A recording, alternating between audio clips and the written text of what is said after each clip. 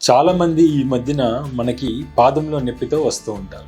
పాదం నొప్పితో రావటంలో ఎక్కువగా ఎవరిలో చూస్తున్నాము అంటే 30s 40 ఇయర్స్లో ఉండే లేడీస్లో కానీ అలాగని జెంట్స్లో కూడా చూస్తాం. ఎక్కువగా లేడీస్లో చూస్తాం. సో వీళ్ళలో పాదం నొప్పితో వచ్చి డాక్టర్ గారు మేము వెంటనే ఎక్స్రే తీయించుకోవాలని అడుగుతూ ఉంటాం.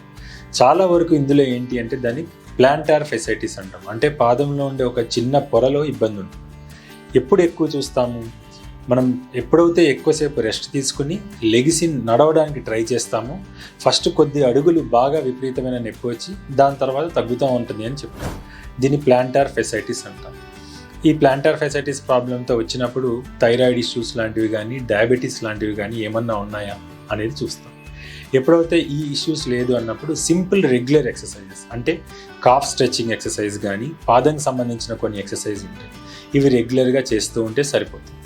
దీంతోపాటు ఎప్పుడైతే కొంచెం లేడీస్లో హీల్స్ వేసుకునే అలవాటు ఉన్న వాళ్ళు, లేకపోతే ఎక్కువ చెప్పులు లేకుండా బేర్ ఫుట్ వాకింగ్ చేసే వాళ్ళలో మెత్తటి చెప్పులు దొరుకుతాయి అన్నమాట. MCR ఫుట్వేర్ అంటాం. ఇలాంటి చెప్పులు వేసుకోవటం వల్ల చాలా వరకు ఈ నొప్పులు తగ్గే అవకాశం ఉంది. కొద్ది మందిలో ఈ ఎక్సర్సైజ్ చేస్తున్నా లేకపోతే రెగ్యులర్గా ఈ స్ట్రెచ్చింగ్ ఎక్సర్సైజ్ చేసిన తర్వాత కూడా నొప్పి ఎప్పుడైతే తగ్గట్లేదు అంటామో అప్పుడు ఎక్స్రే తీస్తాం. ఎక్స్రే తీసిన తర్వాత కొన్ని మందికి ఎముక పెరగటం వల్ల కూడా ఈ నొప్పి పెరుగుతూ ఉంటుంది. అయినా కానీ 90% 95% వరకు దీనికి ఎక్సర్సైజే రెగ్యులర్గా చేయమని చెప్తాం.